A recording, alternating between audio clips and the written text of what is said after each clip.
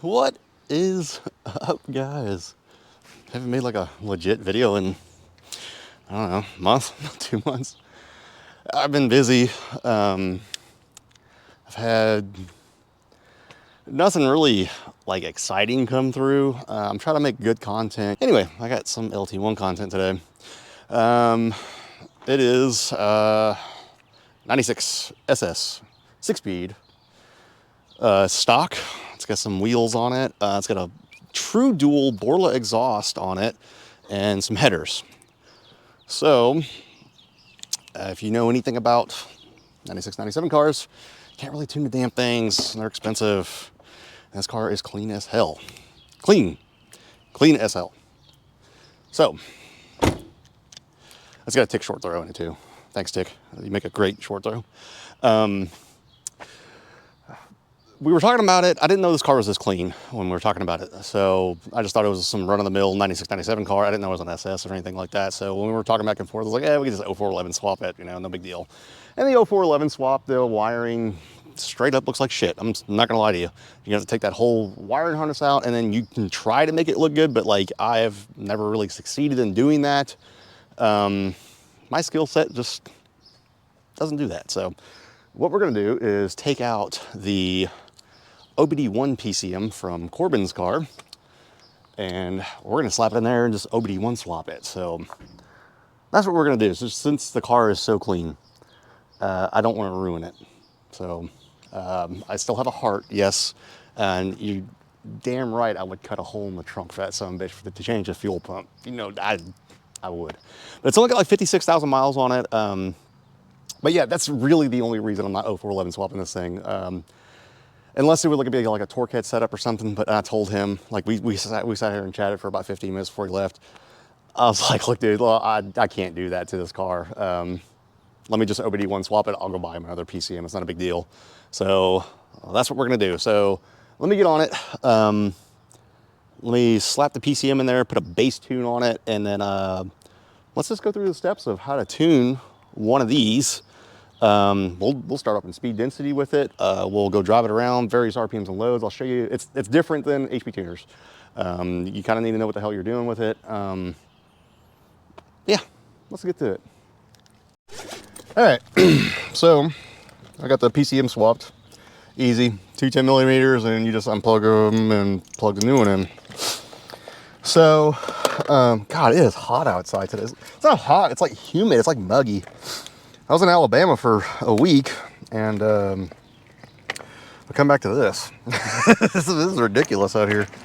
So, anyway, so I got it out, got it swapped out, and it's really as easy as just unplug it and plug it in. And now I know some people are like, oh, I'm gonna keep my OBD2. Look, the OBD2 in these is just as stupid as its OBD1 counterpart, all right? The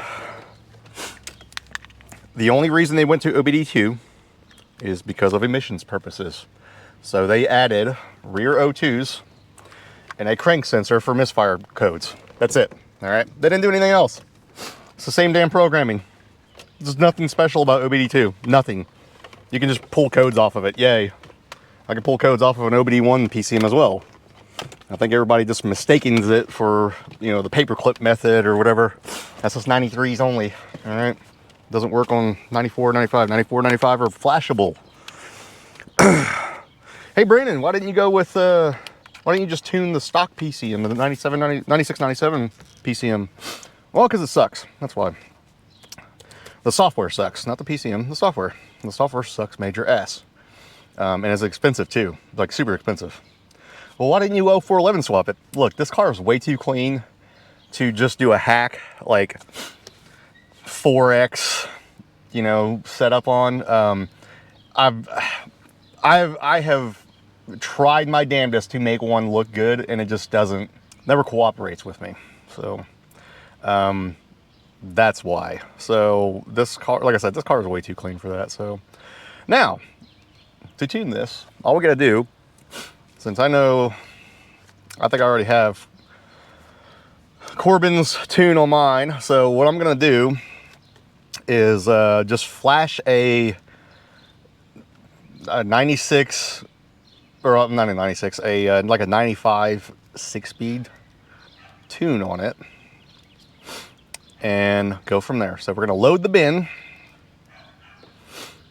Go to 95 bins. I think I got a stock one later in here somewhere. 99% of them are modified. 95 stock bin, Z28, blah, blah, blah, Caprice. Come on, I know we got a 6-speed one somewhere around here. 6-speed, boom. All right, key on, engine off. Right calibration. Successfully connected to the ALDL bus. Uploading. Hey, look at that, it works. Now, the knox sensors are different. I'm gonna tell you that right now. So in order to properly do this, you would probably need to swap out the knox sensors to an OBD1 setup. So this one has 2. I believe you just need a 1 sensor, and I think it goes on the passenger side. So just do a single knox sensor from a 95 Z28 and put it in there if you really want to have knock sensor stuff. So this one's gonna be pretty conservative on timing. I'm not gonna run a knock sensor. I'll tell you that right now. Now, I'm gonna leave it on. Now, if he wants to enable it, that is not a problem with me. But this thing is just a headers only setup, and they're kind of sensitive from the factory anyway, so I don't run a knock sensor in Corbin's car, and I don't run a knock sensor in my own personal car, and they're both still running. Do it a lot, so. I know some tuners are out there, oh God, he doesn't run a knock sensor. Dude, I don't know how many times I've run across false knock with crap, dude, like, no. Stupid. Anyway, I'm gonna flash this tune real quick. Again, it's just a random tune I just found right here, and it's a stock 96. The VATS is probably not even deleted, so I'm gonna have to go in here and delete the VATS or whatever. And then we're gonna throw it in the speed density mode, and we're gonna go tuning it. So I'll probably I'll just grab the camera and just show you what I do, and we'll go through the steps here. Now, if you're a curious person like I am, I just looked at this tune, the one I just flashed, and it has VATS enabled. I'm kind of wondering if it'll fire it up. Let's just try it.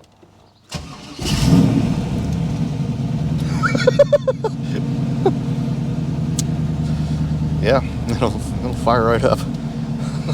It's so stupid. It's running. Yeah,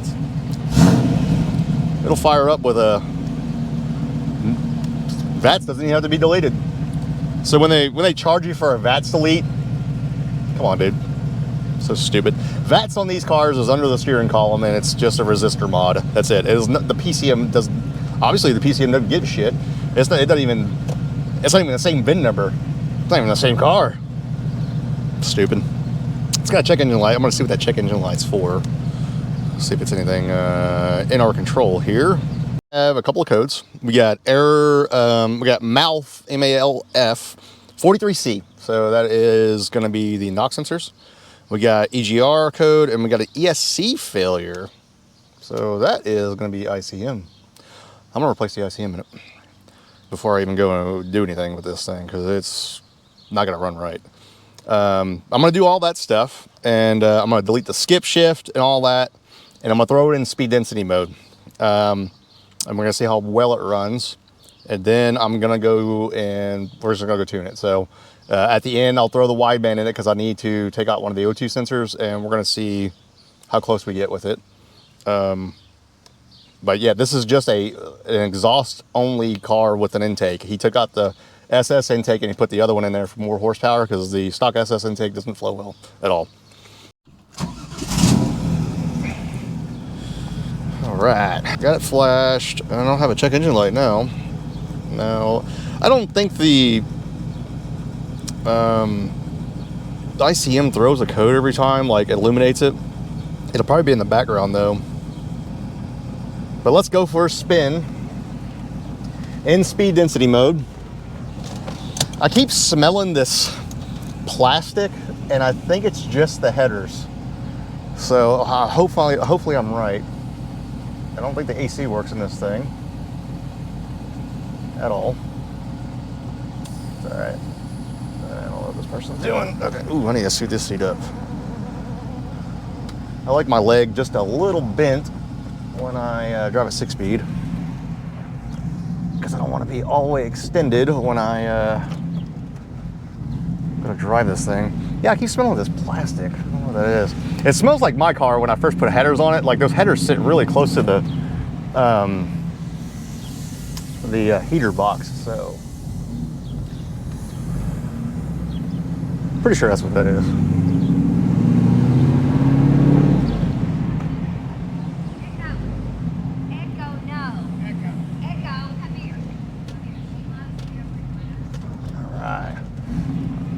So far, so good. Skip shift's eliminated now.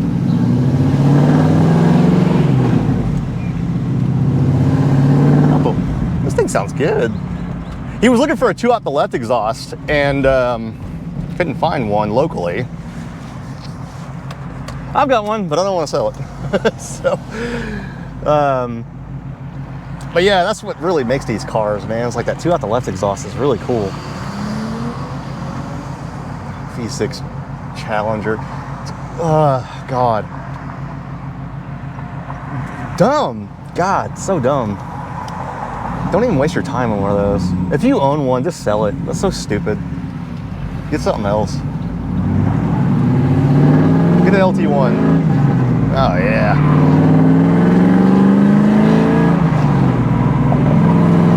I forgot what it's like to drive a stock one. I think he was wanting to put a cam in it later and stuff, and he was talking to me a little bit, and he was like, man, what would you do? I was like, man, I'd OBD1 swap it. I was like, that OptiSpark's working just fine. And if it goes out, just go get another one from the parts store. It's not a big deal, man. It keeps the car pretty clean, you know, it's not like a big modified car or anything. I personally did it because I wanted to run E85, and I'm boosted now, so, and I knew I was gonna eventually do that. So, that was the main reasoning behind me doing the damn thing. Now, if you wanted to do an EFI connections kit, you know, or a torque head kit, cool, more power to you. Go ahead. It just keeps everything clean under the hood. And the 4X thing, it's kind of, I'm not gonna say hack, but it looks homemade. It's just, there's no way around it unless you do the whole wiring harness and try to make it look stock. It's just not gonna work. So, let's go drive this thing around. I don't have any codes popping up. The ICM code went away. I don't know what the deal is with that. So, I don't know. Let's go drive it around a little bit, and then we're gonna find out exactly what we need to adjust.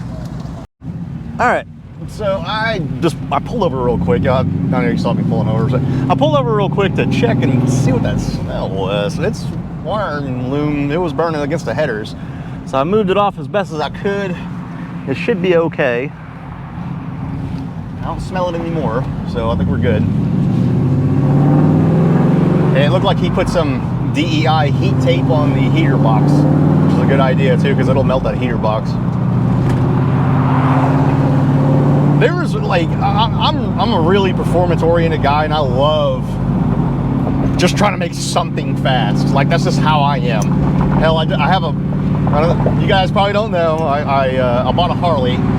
I bought an 883 Sportster, which is like the most like made fun of Harley ever. But in my underdogness of a person, you can make them fast.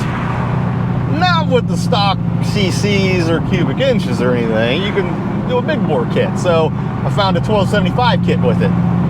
It moves pretty good now. So probably went from a 14-second bike to about 11. So it runs really good. Still in the break-in period, but that's for another video. If you guys want to see that, just let me know. I'll make a Harley video. You know, it's been an up and down journey on that thing. But anyway, there's nothing like driving a car that you own, and it's like, I remember when it was like this, you know, like I remember when it was stock, you know, and it just had exhaust only and stuff. And there's nothing wrong with it, you know. Like, if I know people are like, oh man, I want a cam and stuff. I mean, cams are cool, but there's still something cool about having a pretty stock, clean ass car. Just feel like an exhaust and like a couple of day 2 mods, I call it. You know, like the second day you would own a car, you're like, okay, I'm already modifying this thing. You know, like I'm gonna put exhaust on it, and a short throw, and cold air intake, and some wheels and tires. A day 2 car, you know. This is still in speed density.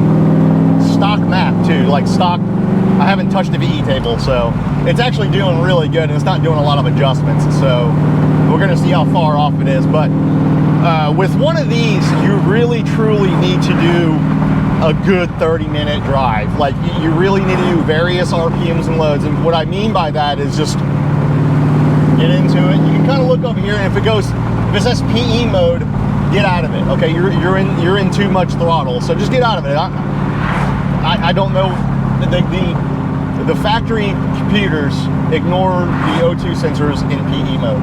PE mode is power enrichment mode. Okay, so you're not doing any good for me at all. I don't care about that right now. So what we're gonna do is just drive it around. I'm putting in fifth. I'm gonna bog it. So we're just gonna bog it here, kind of take off just a little bit. I haven't touched the timing table either, the timing stock on it. The only things I did was I turned off the EGR just to, you know, not interfere with tuning, wink. I turned off the cats to not interfere with tuning, wink.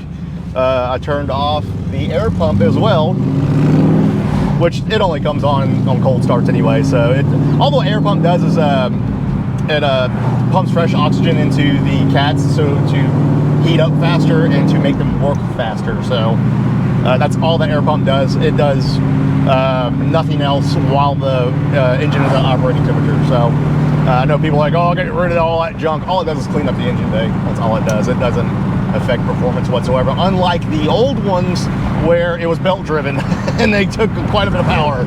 So yeah, the air pump, the modern air pump, I say modern, the 30-year-old air pump, doesn't really do anything for performance or take it away. So but anyway, we're gonna drive this at various RPMs and loads. I'm gonna go jump on the highway with it. I'm gonna go put some miles on this thing. Again, a good solid 30 minutes. And I'm not saying flog on it. I like, don't do any of that stuff. Like, I'm on back roads right now, just getting on it a little bit, I'm not even half throttle, you know, like I'm just trying to record stuff, you know. I'm not even gonna bring it past 4,000 RPM on this stuff. The same thing with the MAF. Like when I turn the MAF back on, we're not gonna do that either. We're just gonna bring it up to about 4 grand and just kind of do the same thing, you know. Just think of it as you trying to fill in a bunch of cells. I know in HP tuners you can actually see what cells you're recording, but on these you're blind. Here you can just see the O2 sensors working, and you can see what the long-term and short-term fuel trims are, and that's it. You can't see what cell you're in or anything like that. So well, you can see it. It's like, you know, I'm in BLM cell 4. Ignore that crap. So anyway, enough rambling. Let's do this. I'm gonna show you how I adjust it. I have a ton of people ask me about this stuff, you know, or hey, teach me how to tune. Well, you know what? Watch my videos and you'll learn something. that's how you're gonna learn. All right, you're gonna spend just as much time as I did learning stuff, and if you can't comprehend it, I can't help you. I'm sorry. Anyway, let's go drive this thing. Whew, man, it is a scorcher out here. I'm just about done with logging it for the first time. Dude, these fuel trims look good. Like, I'm kind of shocked, honestly. So I think it was like a little lean at idle, but like when I say little, it was like 4%, like from perfect. So that's fine. Now, one thing I did change with this, and it's not a stock tune, okay? I put the Stoich at 14.1 instead of 14.7. Well, why did you do that? Well, we have ethanol in our fuel around here, and it's 10%. So 14.7 minus 10%, 14.1. There's your ethanol content. So I did that, and it's pretty damn good on the VE tables. So again, every one of these cars is going to be different. So now I guarantee you the MAF stuff is going to be off, way off. I'd say way off. You know, I bet you it'll be rich. I guarantee it'll be rich. So we're gonna find out. So I'm gonna do my little highway thing here, put a couple more miles on the highway here.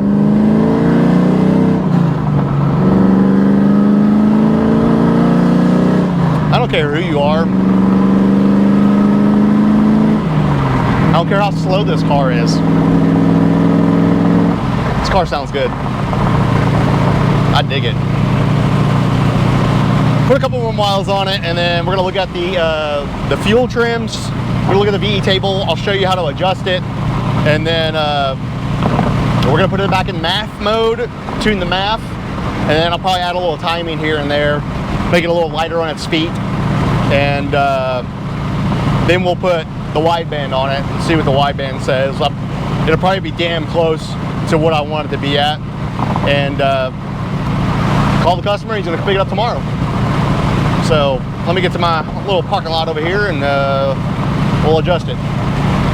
All right, let's have a gander at what the VE table says. So I've already went ahead and opened up the EE hack analyzer, and I can see right here and right here, it is about 5% lean. The rest of it, I'm probably not even gonna touch this. This looks excellent. It is minus 2%. This is perfect, actually. So this is probably gonna be a bad video of how to adjust one of these tables.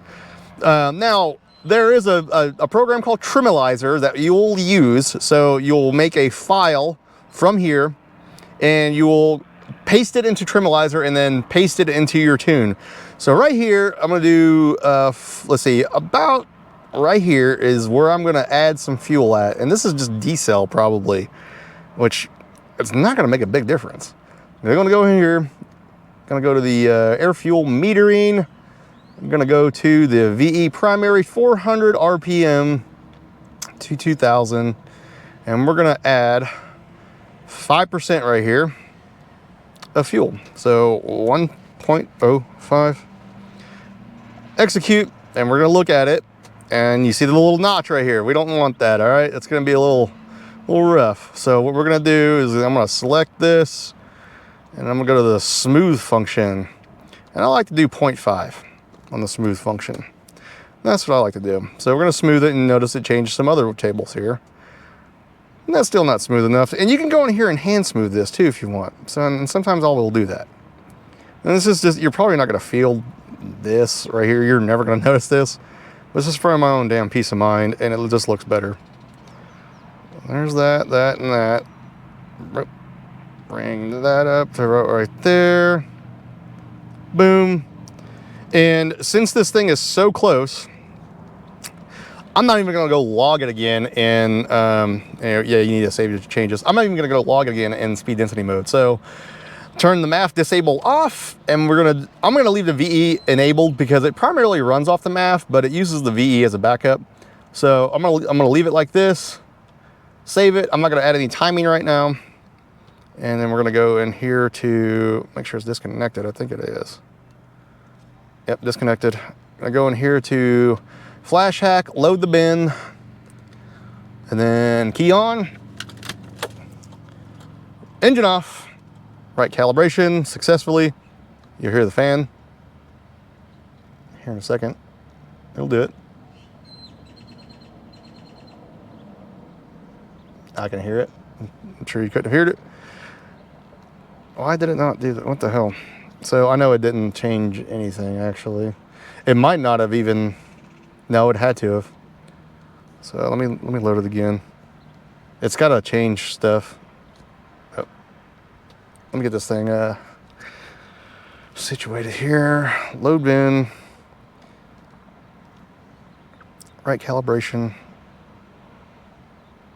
I might rename it. Sometimes, oh, it's noisy. All right, let me fix this thing. Sometimes it's being stupid right now. All right, well, got it working again. Like, dude, this program sometimes, like, it will, I don't know if it's my laptop or what, but like this son of a bitch will just go ape shit. Like it won't do anything. You have to like connect it to E-Hack and disconnect from E-Hack and all this crap. I don't know, whatever. I got it flashed, it's working. It's logging again. I got the MAF turned back on. So let's go and tune the MAF now. So that's what we're gonna go do. Definitely. All right, yeah, we are rich. Cool. All right. So VE makes sense. It's not really nothing's really changed except just intake and exhaust. So it's gonna be a MAF thing mainly. So let's get on the road and dial it in the same way. Okay, so now we introduce the math into the equation here. You can see E hacks a little backwards. Okay, so red is this, it's rich, and then green is lean for whatever. I don't know why he has it like that, but I don't know if you can see that or not, but idle and stuff, we're around 3 to 4% rich, and the rest of it's about an average of 7. So I think with this one, I'm just going to take out probably 5% fuel driving around, and I'm going to leave like this upper RPM stuff, or the upper scale of it, alone, because it looks like it's just getting a little leaner up here from down here. So I'm going to leave those tables alone. So in order to do that, you don't just you don't transfer these tables over, like you don't copy them and paste them over like you do with HP tuners or anything. So these have 3 different MAF calibration tables. Okay, think of it as idle, and then middle of the road driving around, and then wide open throttle giving it the beans. Okay, and then the upper are the upper portion of the middle MAF calibration kind of correlates with this other table too. So when you're getting a wide open throttle, you're going to be running 7,000 hertz plus. So if you don't understand hertz, probably need to Google it. But this is just just think of this as grams per second. So we're going to take out probably 5% right here and then smooth it out. So we're going to go here, divide 1.05, and then we're going to execute it. Boom. Make sure that this number is not lower than this number, otherwise you're going to have a bad time. It's not going to run good. It's going to buck and stuff. So, all right, and flash it, and that should be good on this. Now, timing wise, I got to show you my timing table. That's where all the magic happens. But I can tell you right now about these things, like 2 degrees of timing more than stock on average. Okay, this kind of depends. I know this is a stock car with headers and an intake, and I know he runs 91, 93 in it. It'll be totally fine. So we're going to add 2 degrees at wide open throttle and then smooth the rest of it out. So it should have a pretty good difference with that. So add 2, boom, and then extended 2, boom, done. And that's it. And then we're going to smooth it out. It's really just for my own peace of mind. So, but yeah, that's all we're going to do with this one right now. I'm going to go ahead and throw the wideband on it right now. Flash this, throw the wideband on it, and then we're going to go to town. And it's going to be an open loop on that. And then we're just going to do some wide open throttle pulls with it. All right, here's a thing I see all the time with LT1s. Oh, Denso O2 sensors don't work. They don't work with LT1s. They're special. They're not special. These are Denso O2 sensors. I don't know if you can see it or not. These are Densos. They work just fine. I think people just get bad batches of products. But got the wideband plugged in. Took out the passenger side one right there. Unplugged it. It's going to force it into open loop mode. I'm going to plug up my old school ass wideband. Let's go make some pulls in this thing. Now, the thing with it being an open loop is there's no O2 feedback, okay? The O2 feedback is, the O2 sensors aren't really supposed to do a lot of work, okay? They're supposed to just kind of balance everything out while you're driving and stuff. But they're not really meant to do all of the leg work, okay? So, if you actually dial this thing in open loop, it should be damn near perfect. So right now we're sitting at a 13:8 air fuel ratio, steady. So it's about 2% rich. Perfect. So you kind of want the O2 sensors to take out a little bit of fuel. That's fine. You want it a little rich. You don't want it overly lean. You don't want it overly rich. You don't want the O2 sensors to do a lot of work. So anytime you get something that's under 5% of a correction factor, you're doing pretty damn good. That's fine. That's totally acceptable. You're not going to feel that.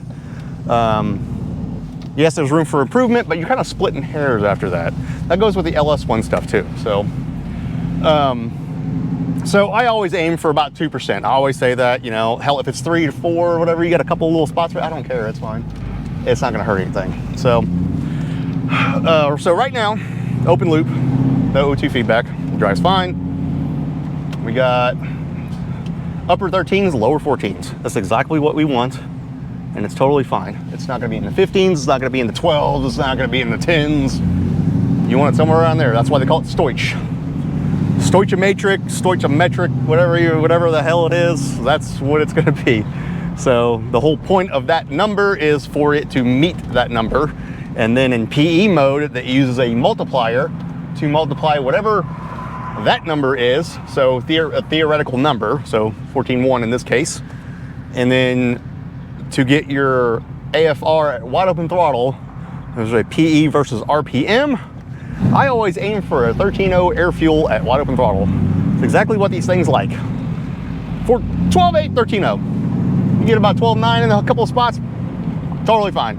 This goes for an NA LT1, a basic setup, not a boosted setup, not something that has a crazy amount of compression, not some 383 that wants more fuel, like nothing like that. Okay, this goes for a basic LT1. All right. Oh geez, that's freaking hot. So the multiplier, you'll see it. It'll ask you what number you want in there, and it's versus RPM. So what I do is I zero out the coolant correction factor because it's all over the damn place on these. I put it at a 1, just 1. So that means just essentially just means 0. So it's not even correcting anything. And then on the RPM, PE versus RPM, I put it at 1.13. So that equals to a 13.0 air fuel. And so when you hit wide open throttle air, like right now, it should go to 13.0 air fuel. If it doesn't, and you need adjustment, you adjust the math table. I don't adjust the PE table. I want it that steady 13.0. You know, I don't want it to command anything else. So it can get kind of tricky sometimes, but a lot of the time you can kind of pretty much nail it. It's not really hard. I hear a 5.0. So we're gonna get to this spot in Mexawasso, and I'm gonna do a little pull with it, probably just second gear. I don't think it's even gonna spin or anything. It's got some good suspension in the rear. And it's not rowdy, so first gear I think it'll probably get a little nuts, but it's okay. But this is probably about an hour later because I let the car cool down. I didn't feel like touching hot exhaust and stuff. I don't want to do that, so. But anyway, got it running. Mid-13s, totally fine. And then let's go make a pull on the highway. I was wrong about it having true duals. It doesn't. I guess I misunderstood the guy. I got under there and I was like, wait, this is a single exhaust. It's just a 3-inch exhaust with a Borla muffler. That's all it is. So that's why it sounds pretty damn good. Very 90s. I like it. But yeah, I just figured I'd throw that in there. All right, let's see if we can do this one-handed like we always do. I really need to get something where it ties it up, like on the rearview mirror.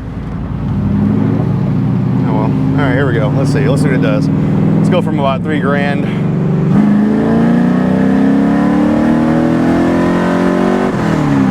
All right, so we're rich. We got a 1220 air fuel. Kind of dipped into 11s right at the beginning of it, so we're good and rich. So good start. So a 1220 air fuel, we're just going to take that. That's going to be the leanest, and let's see how much fuel we're going to take out. So I'm going to bust out my quackamator. 12.2 plus, let's try 5%. I think it's 5. About 5% I'm going to take out. So right on the money would probably be around 6.5, 7%, which is, again, splitting hairs. But there's probably power to be gained right there. Probably another good 10 horsepower. So I'm gonna pull over up here, adjust it accordingly. Actually, look at the log, see what math frequency it was at, and then go from there. So we're gonna adjust that specific spot in the math table and make another pull. I think that one went to about $6 grand. So you don't want to pull a stock cam one, anything really past that. You're not really making any power. I mean, hell, 5,800 RPM, it's done. You know, I was just kidding about the timing thing, right? It's really no big secret with these things. They like more timing than the LS1. But wide open throttle, anything past, I don't know, probably 3,500, 4,000 RPM, past peak torque. They love 35 degrees timing. The stock ones are about 33. I have ranged them from stock all the way to about, probably 37. It's probably the most I've ever done with one on pump gas. This is 91, 93 octane now, all right? Like not any E85. E85 is a totally different game. So I've cranked them up on E85 and haven't really seen a lot of power, especially a stock compression one. So we're gonna look at this log here in this bank parking lot. Let's see, bottom throttle, where you at? Where you at? Come on, buddy. That's the thing with the E-Hack, you can't really see where bottom throttle is. You can't just go to it.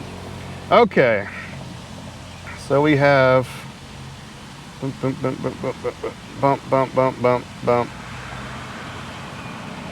bump, bump, bump, bump. Okay, we went to 5,600 RPM, so that's at $6 grand, but okay, so I let out right there. Second gear did 70 miles an hour. This thing's got some long legs. So now we're gonna see what the injector pulse, or the injector duty cycle is too. So I got a little calculator for that online. For that, let's see, injector duty cycle calculator.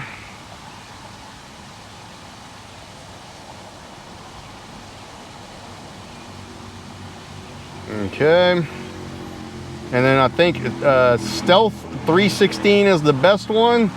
So we're gonna do 5,600 RPM, and then the injector pulse width is 1799, so we'll do 18 for good measure. That's 84% duty cycle. So when I lean it up, it's actually gonna gain a little bit of headroom there, so it'll probably go to about 80. So this is just a headers and intake only LT1. And like I said, I love when people say, oh, I can do a 383 with stock injectors. Yeah, but your ass ain't gonna make any power. And if they tell you you're making power, they're lying to you. So this thing's moving 258 grams a second at wide open throttle at that RPM. We're gonna find that number on our math scale and adjust from there. So 258 is gonna be about 9,000 hertz. So anything up past that, I'm gonna take out about 5%. That's all I'm gonna do. Divide 1.05, execute, okay, and then below it, I'm gonna do about 3%, just to kind of smooth it out. Save, load bin, pick that bin, key on, engine off, disconnect it from E-Hack, right calibration. And we are writing, and then let's go make another pull. All right, pull number 2, here we go. Let's try it. Should be right on the money almost.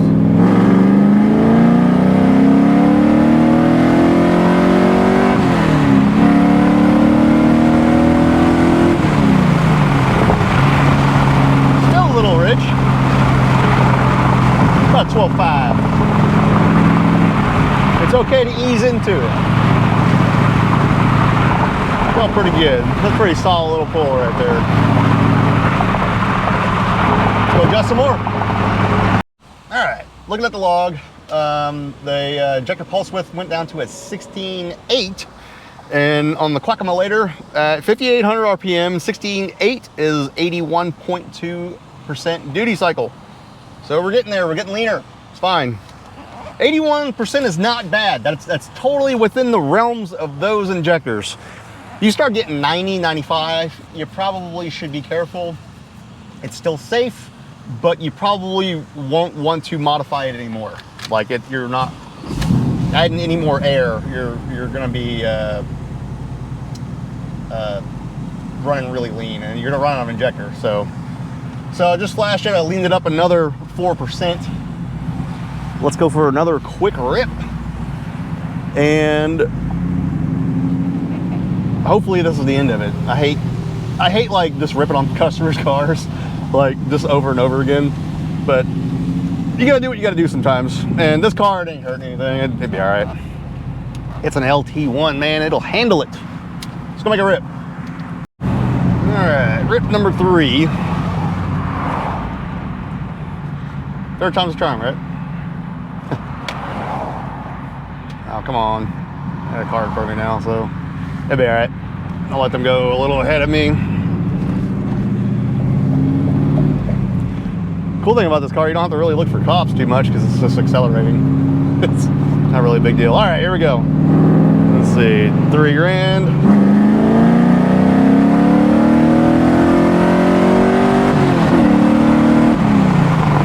$13.0.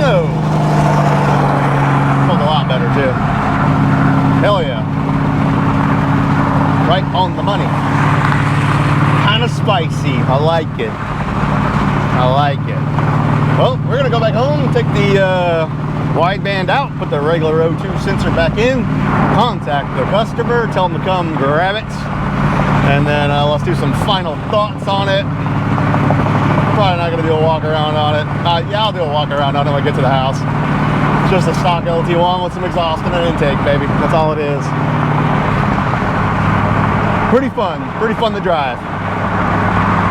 All right, so we're all done. We got the wideband out, the O2 sensor replaced, a stock one, put back in there. But this is probably one of the cleanest 96 SS's I've seen in person in a while. We don't get too many of them around here. A lot of them are LS cars. I think that's probably a countrywide thing. But the interior on this thing is just immaculate. It has the SSE28 floor mats, tick shifter, 6-speed. Everything works. The AC doesn't work. He told me that. He said it's got a leak somewhere. But she is good to go now. She is peppy, ready to rock and roll. He's going to come get it tonight. He lives in Norman, which is about an hour away. So I told him he can come get it tomorrow, but I said, hey, if you want to, you can come get it tonight. So he's going to come get it tonight. Anyway, that's going to do it for this one, guys. Please like and subscribe. Do all that YouTuber stuff. I'll catch you guys in the next one.